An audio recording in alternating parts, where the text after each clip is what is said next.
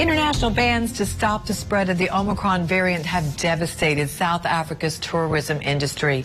In the last week alone, experts estimate South Africa has already lost millions of dollars from canceled bookings. Zahir Kassim spoke with people who work in the tourism industry about how both the variant and the ban have affected them. The Hector Peterson Museum is normally a busy attraction for tourists looking to learn about South Africa's history. Last week, the square was full and the surrounding restaurants and attractions were bustling with international visitors. Today, there is no one here. The international bans in South Africa has devastated the tourism industry, with experts estimating more than $60 million lost to cancelled bookings in the last week alone. Local tourism operators said prior to the discovery of the new Omicron COVID-19 variant, things were picking up again, and they felt that they were finally getting to a stage where they could rehire some of the staff that were laid off over the last 2 years. Earlier today, we spoke to people working in the tourism industry about how the Omicron variant and the ban has affected them. Travel ban is being just a few days from now. But already we can also see, or I can also see the emptiness of our industry. Looking at the time, even today, it's a good day, nice weather. This time of the day, we should have having 2 or 3 more morning tours visiting the museum right here around the corner here. So the ban of travels is, I think it's gonna be taking us back to where we are, to where we were as the introduction of the COVID or the lockdown back early 2021. Now with the travel bans, I unfortunately had to make some bad phone calls a couple of days ago and letting know all those people who we did bring back unfortunately need to go back to a long leave, as we were calling it. I know for a fact that most people in the tourism sector are going to lose their jobs.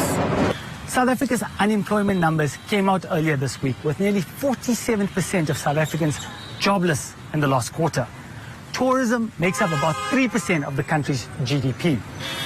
The knock-on effects of losing so many tourists so quickly will have further consequences on the economy. Many South Africans, experts, and the President, Cyril Ramaphosa, have been critical of the international ban, saying that the world should be grateful for the discovery instead of punishing the country for exposing the new variant. The WHO said more than 20 countries across the globe have reported cases of the highly mutated variant. It's out there, and the international bans didn't do much except decimate the South African tourism industry and the people who make a living from it. Zahir Kassim for Newsy, Soweto.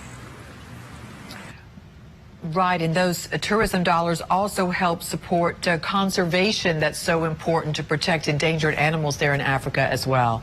Well, more cases of the variant continue to pop up across Europe, but it's the Delta variant that remains dominant. Luke Hanrahan explains how some countries are taking drastic measures to stop the spread, while one country with a high vaccination rate seems to have things under control. Yes, well, when it comes to the Omicron variant, there have been new cases identified across the UK today, but the overall figure remains minute in comparison to the Delta variant.